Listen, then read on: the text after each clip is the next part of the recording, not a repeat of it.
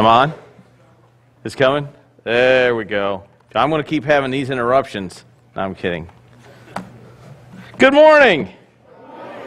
Great to have you all this morning in the house of the Lord.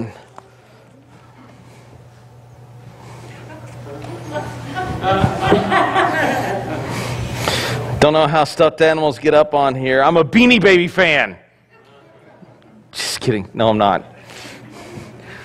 Not even on a good day. And mourning this week. I know the Stars lost. They're not out of the Stanley Cup playoffs. I will now be praying against the St. Louis Blues. If I can do that, you know. Funnier when you laugh. Man. It's a dead crowd this morning. Exodus chapter 1, verse 15. Exodus chapter 1, verse 15.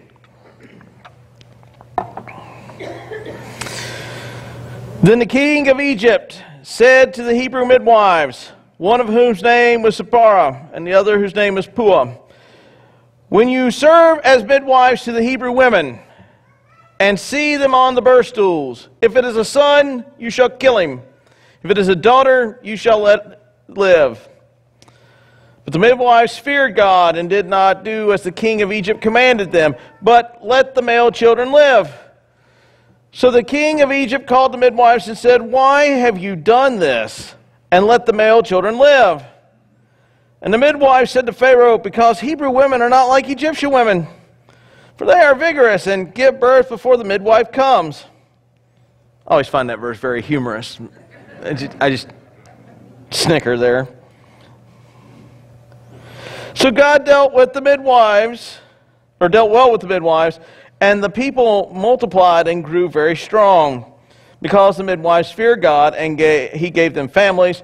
Then Pharaoh commanded all of his people and said that every son born to the Hebrews you shall cast into the Nile, but every daughter you shall let live. All right, we pick up here. You saw last week how Pharaoh begins to fear the children of Israel and has decided the way to get rid of them is I'll make them slaves. And so enslaving them, then I can kind of control what they do, and we can kind of get some free labor out of this, and we can build these pyramids because we have millions of Hebrew people to build them. It's not really the conversation, but work with me. But what was the greatest fear he had? They were terrified of their number, and perhaps that if an invading army comes in, they'll side with the invading army and take their wealth and leave.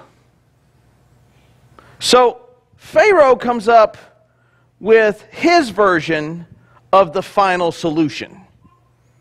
We know the final solution from the Nazi death camps. It was a way to exterminate the vermin races. So Pharaoh says, got a great idea. And he tries to elicit the help of individuals to help carry out this wicked action. Let's take a look at the passage.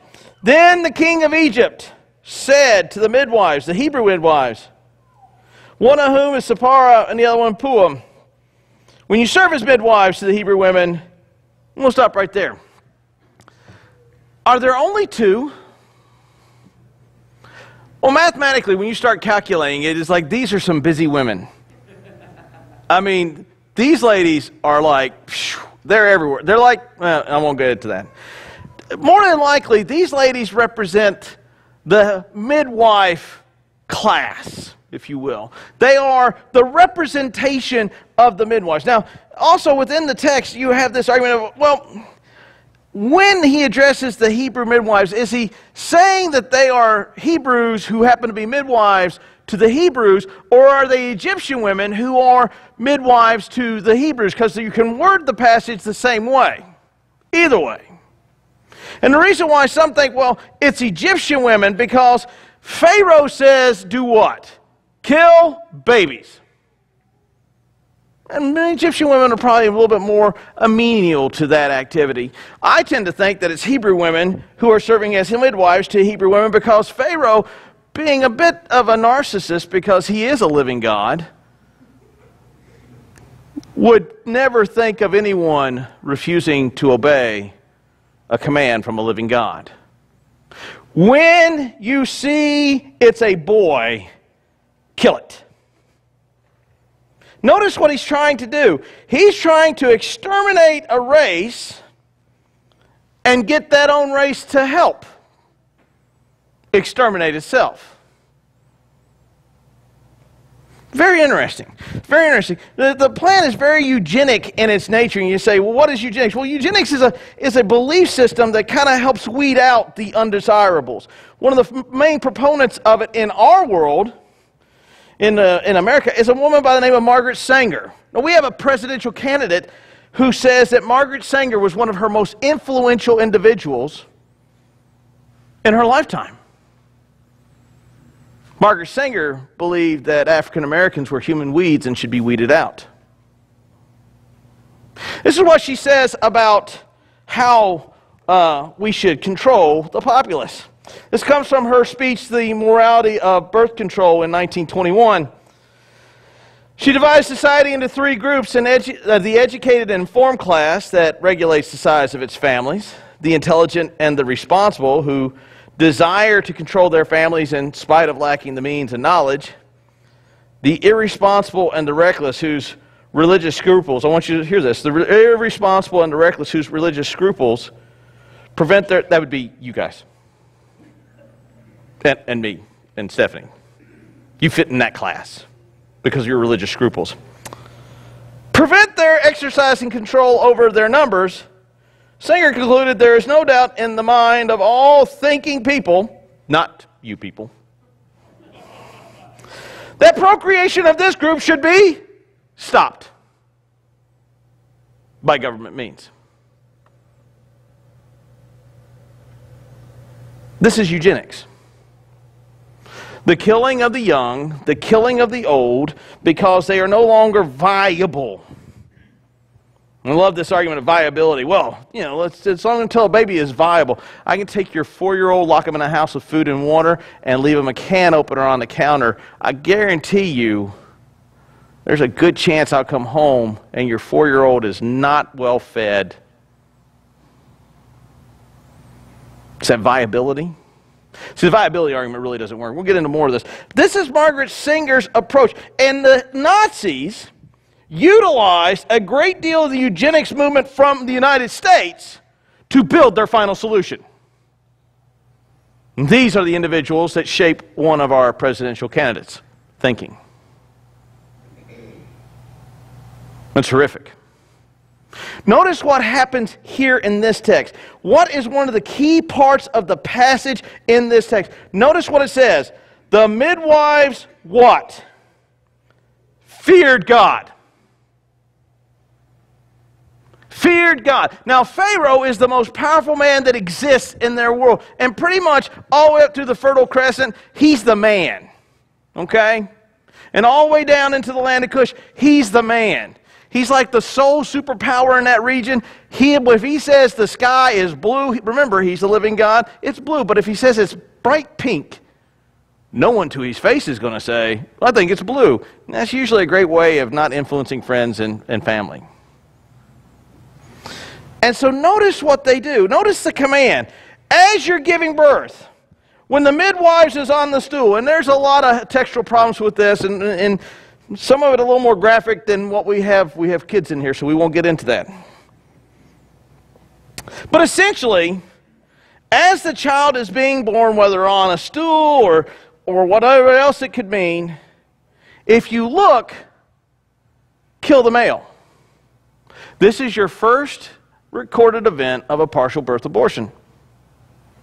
This is also your first recorded event of a post-birth abortion, of which we have individuals pushing that are running for office. When they're there, kill them. Well, why kill the males? I mean, if you really want to eliminate procreation, you would figure they would kill the females, right? Just kill the females. It's easier. Because now you've got all this male workforce that can do a lot of stuff and help build your pyramids. And, you know, because you've got millions of Hebrew slaves, it'd be helpful if they were all male. Unless, of course, your greatest fear is that they side with an invading army and take over. Then you kill the males because then you don't have a warrior class. And it's not the Amazon, folks, so, you know. Well, I can't believe he said that. Girls can fight, too. Not in this day and age. Sorry. It's called backwards causation history. We don't do that here. So you don't have a warrior class. You still get free labor because they're going to work the stuff into those girls. But you also have the opportunity for your Hebrew or for your Egyptian men to have another wife to make more Egyptians. It's really kind of the general thinking of what's going on here. But you have a dilemma here with the text. I, the most powerful man in your world, have given you not a suggestion, but I have given you a command. I have told you when you see a male child, you are to kill it. You and all the midwives. If I don't kill the child, what is the implied statement? You will be killed.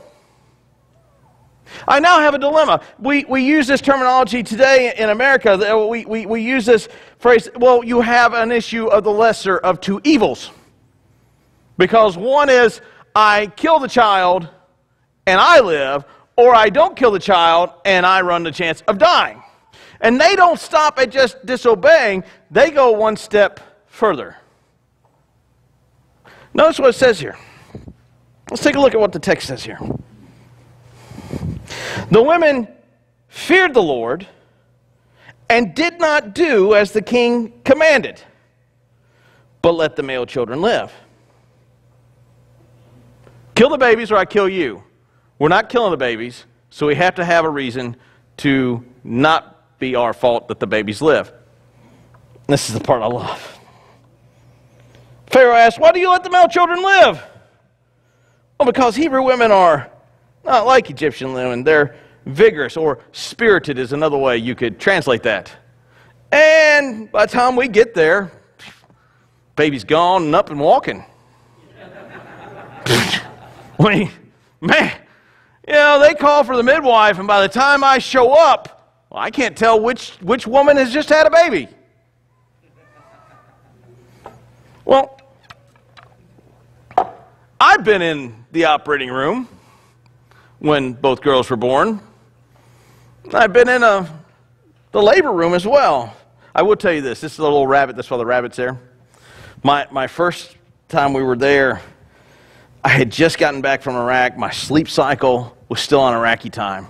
And so while Steph is sitting in a chair, I am zonked out in the bed. Dead to the world. There's a picture of us with Caroline, Steph's big face, Caroline, and I look like I have like doped up on all kinds of... However, at moments of great pain when she had, everyone in the room was wide awake and fully cognizant that there was a child being born. Hebrew women are so vigorous that out comes the baby, cord cut, kids running around, I can't tell which one's done. You got to be pretty slow. You got to be pretty slow to grab this. I mean, maybe Pharaoh's not the sharpest knife in the box, but they lie.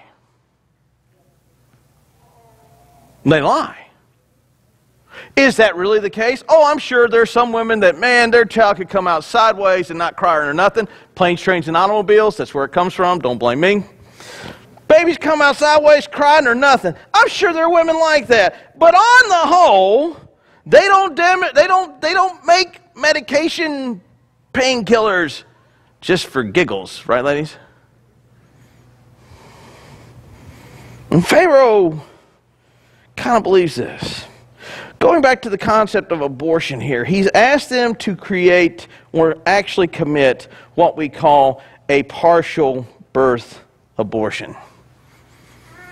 One of the greatest scourges in American history is the fact that we have allowed a Holocaust to continue. And a lot of times we think nothing of it. We have killed more babies than Hitler could ever have imagined. and we don't think anything of it. Of all the denominations that have been pro-life, we are a Johnny-come-lately to this party. As a matter of fact, before the 70s, the Catholic denomination was the only one really leading this charge. They were the only one leading this charge. Baptists, well, we've always been pro-life. And I've asked people throughout the week, when did Baptists become pro-life? And I always got this look like, haven't we always been? No, we haven't. To our undying shame, we have not. We didn't really become pro-life fully as a denomination until 1987. In 1971, we tried to put an amendment into our conference that we go to, the convention that we attend, and it failed miserably. 1978, according to the Baptist Press, I got the article from January 5th, 2015. There was a full-page ad in the St. Louis newspaper of denominations that were pro-life, and guess whose names were there? Southern Baptist Convention.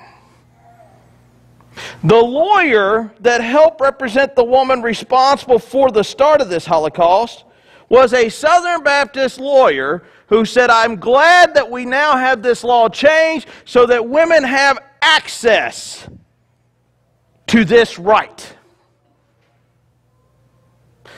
What changed in 1981, several individuals began to push for a very pro-life agenda. It took 20 measures from 81 to 87 before that changed the Southern Baptists in one direction. If you were born in the early 80s and past, this is probably news to you. Dr. W.A. Criswell, the founder of my college that I attended, was pro-choice for a long time. He believed that the child was not viable until he was out or she was outside of the womb, and then it was viable, even though he believed that it was a life form in the mother's womb, but until it was viable, it could be killed. He reversed his policy, but he flip-flopped on his policy in the 70s. As more and more information came out on the fact that this was actually a life form and not a clump of cells. And when his study Bible came out, the Crystal Study Bible, by 79-80, he had definitely taken a pro-life stance. See, we are Johnny-come-latelys to this argument.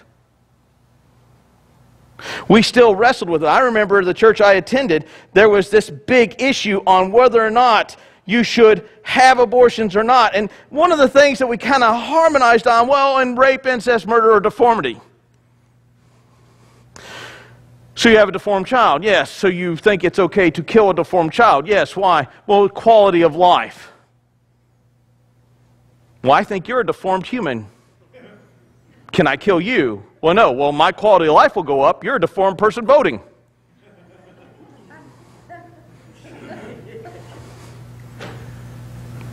Same argument. Just proximity to the womb is what changes it. Well, rape, murder, and incest. And I got into this in the captain's career course because I was a huge fan of folks there. Once I found out I was a non-select the first time around, the worst they could do is bend my dog tags and send me back to Iraq. And I've been there and I got the shirt multiple times. So I really had no fear of the instructors in the class, and they knew it. So we all had this nice little peaceful thing. And so we were here in an ethics class with chaplains. And the NCO teaching the ethics class to chaplains brought up this whole thing. Well, what about rape, murder, and incest? What about it? Well, would you make that woman carry a baby to term? So let me ask you this question. Because a violent act is committed against me, does that give me the right to commit another violent act against another person?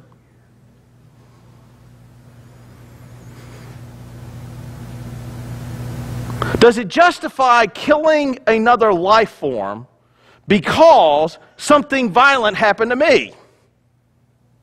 The answer is absolutely not. It's still a life form. Well, what if she doesn't want to keep the baby? I know a ton of folks that would love to have babies. What about in defense of the mother's life? You know, the baby's going to kill the mom, or the mom's going to kill the baby. C. Everett Koop.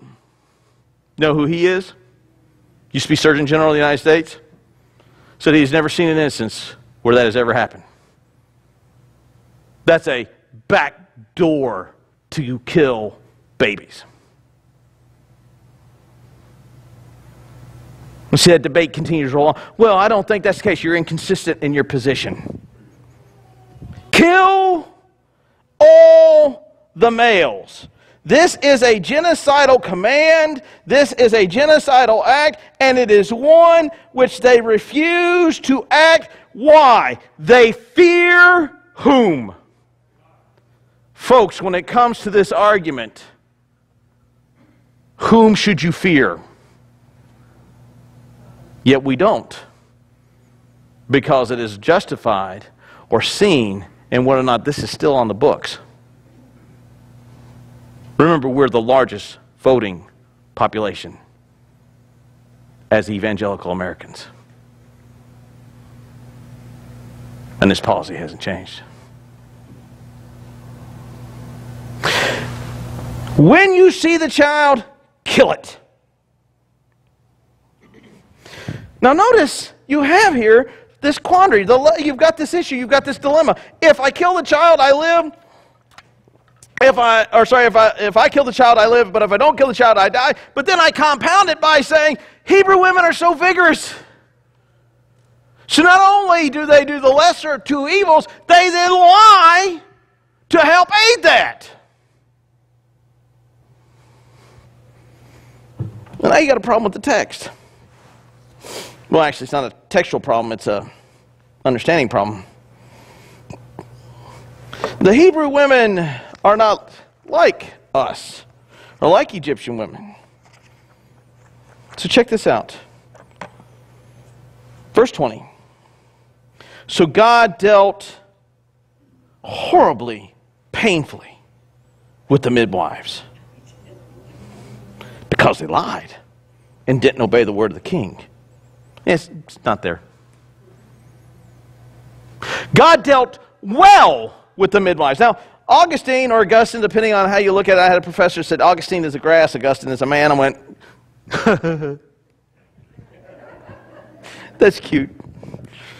Augustine goes, God rewards them for the kindness that they show to the Hebrew women, but he's not rewarding them for the lie. The problem is the lie is wrapped up in the kindness that they show to the Hebrew women. You're trying to split a very fine hair, and I don't think you do. You'll have this problem in other passages. We see this if you were here on Sunday nights with David and the priest of Nob. David tells a whopper to the high priest, I've been sent for the king on a special mission, and I was in such a hurry. By gosh, I left all my food, water, and my weaponry at home. Man, must have been going out of the side of the palace and into the heat. Just the AC just messed with my head. But he says it in the hopes that he's protecting the priest at Nob because they give him aid and comfort. It doesn't work in this case. It doesn't work in this case with the Hebrew women. Saul comes and kills all the priests at Nob, all 84 of them. You see this with Rahab the harlot. Are the spies here? Nope. They're not here at all. Technically, she's right. They weren't technically in the room with her. They were on the roof. We see this in the event of Nazi Germany. And I know, and I've had people that have argued this. I've been in part of a conversation with individuals, and I've looked at them and said, you are a moron. I would have told the Nazis that the Jews were in the attic and trusted that God would save me. You're a moron. You have Jews who you know, if the Nazis catch them, they will kill them. And now they will kill you. And what happens is, a lot of times, we have ideas where we take an ideology and we approach it to the point where we have such an ivory tower thinking with no practicality. And we think because it's a very ivory tower and very aloof that somehow this is what works. But yet I have biblical examples here where in many cases people have said, the Hebrew women, man, they shoot them babies right out of the womb. They run them by the time they hit the ground. There are no spies in this house. One of the great stories about Athanasius, and he's a great theologian from the 300s. He was at the Council of Nicaea. He had been excommunicated, or not actually excommunicated, he was put under ban, and so he was fleeing for his life, and his detractors were chasing him, and they were on a river. I forget which river it is, but the fog had shrouded his boat for a little bit. And as the boat pursuing them catches up, they go, "Have you seen this man?"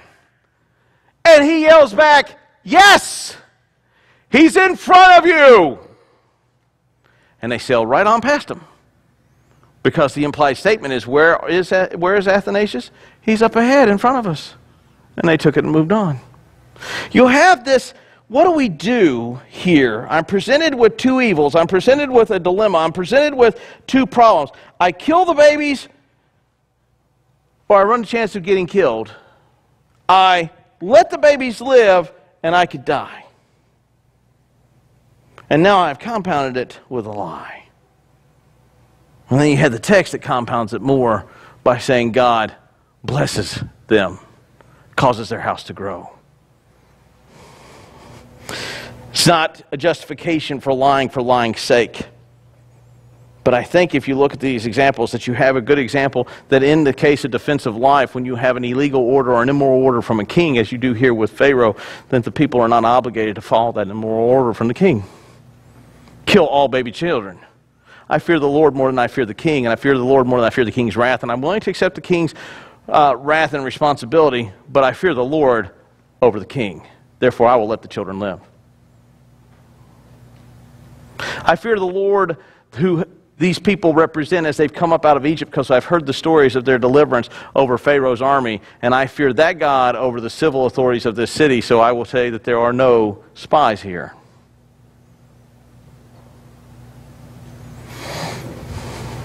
It doesn't stop it.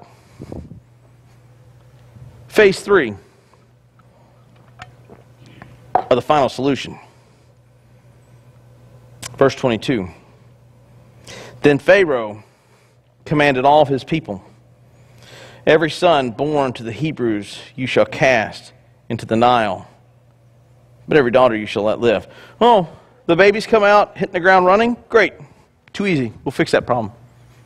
Every male child is thrown into the Nile. Now, one of the reasons behind this, instead of just taking the children and stabbing them, or taking the children and you know, just finding cool ways of killing them, as Herod does as he pursues Jesus, Pharaoh tosses them into the river. And one of the things about this is that the belief is, well, they had a very simplistic way of living then. Pharaoh doesn't kill the children if he throws them into the river with the river god, because if the river god wants to save the Hebrew children, he will. So technically, Pharaoh doesn't kill them. The river god kills them, though Pharaoh gives the order and the people toss the babies in. That's kind of like there's a pie sitting right there. And I go, I'm going to walk this way going, And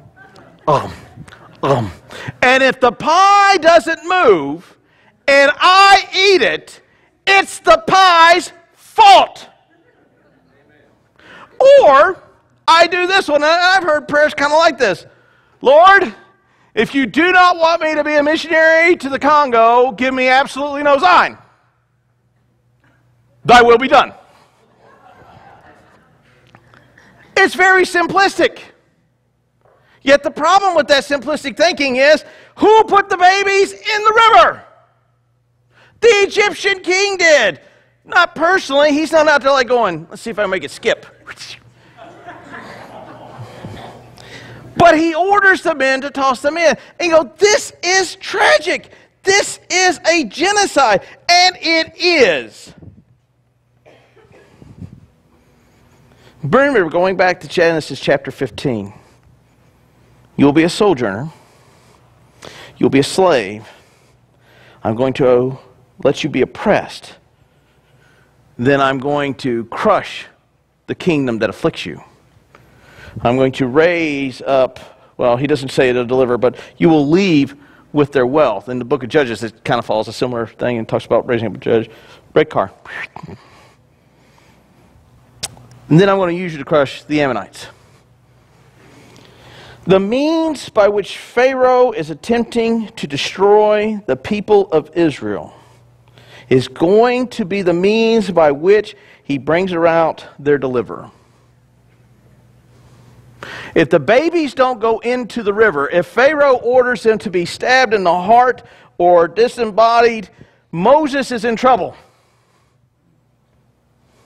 But notice that the avenue by which Moses can get into the Pharaoh's household and be educated and taught and put in a position where he can have a greater impact is to go where? Into the river. The means by which is to be brought about to destroy the nation of Israel is the very means that God is going to utilize to bring about their deliverance.